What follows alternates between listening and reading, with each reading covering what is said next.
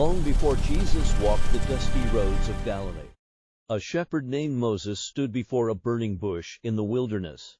The fire burned, yet the bush was not consumed. From the flame, God spoke and called Moses by name. When Moses asked who was sending him, God answered with a name unlike any other. I am who I am.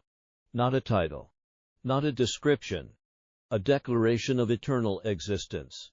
That name was remembered with fear and reverence. It was spoken carefully.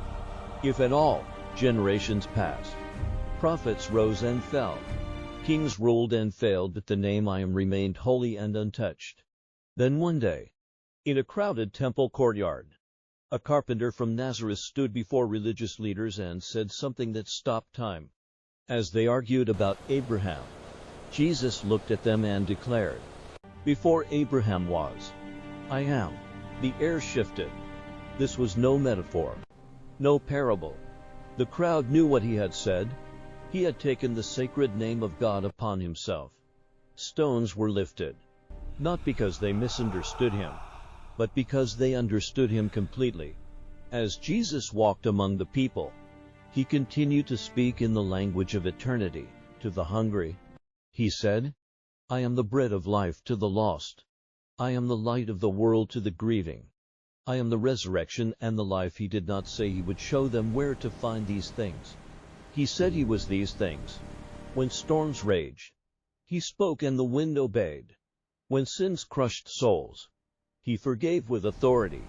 When death stood in the way, he called the dead back to life. The I Am was no longer hidden in fire on a mountain. He was walking among humanity. On the night of his arrest, soldiers came looking for him. "Who are you seeking?" Jesus asked. When they answered, "Jesus of Nazareth," he replied, "I am." At that moment, they fell backward to the ground. Even in surrender, his identity carried power. The eternal stepped into time. The self-existent chose the cross. The great I Am allowed himself to be lifted up, not because he was weak, but because love demanded sacrifice. And on the third day, the stone was rolled away. The I Am still lived. Death could not hold him. This is the story Scripture tells us. Jesus did not come to improve religion. He came to reveal God. He is not a teacher pointing the way. He is the way. He is not a voice speaking truth. He is truth made flesh.